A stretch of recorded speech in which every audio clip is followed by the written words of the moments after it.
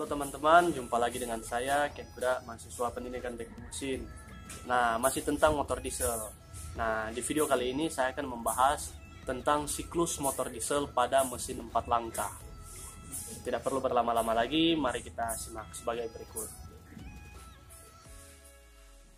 Nah, pada saat proses kerja motor berlangsung, akan terjadi perubahan tekanan, temperatur, dan volume yang ada di dalam silinder. Perubahan-perubahan tersebut dapat digambarkan sebagai berikut.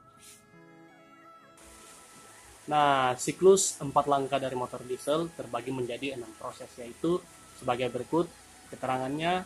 Yang pertama, proses 61. Yang kedua, proses 12.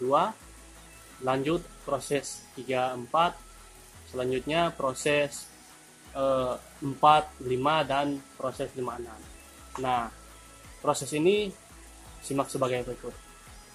Nah, proses yang pertama yaitu proses 61, disebut proses tekanan konstan karena panas udara terjadi pada tekanan konstan. Proses ini disebut kerja karena terjadi perubahan pada ruang bakar atau pada volume ruang bakar. Nah, selanjutnya yang kedua, proses 12, yaitu langkah kompresi. Karena proses ini terjadi karena ada perubahan volume pada ruang bakar, maka dinamakan proses ini yaitu kerja.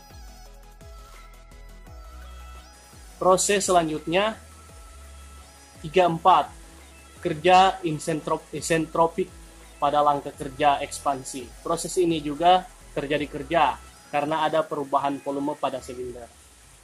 Selanjutnya yang kelima, proses 45, yaitu proses ini adalah langkah volume konstan karena terjadi pada saat udara spesifik berada pada volume konstan.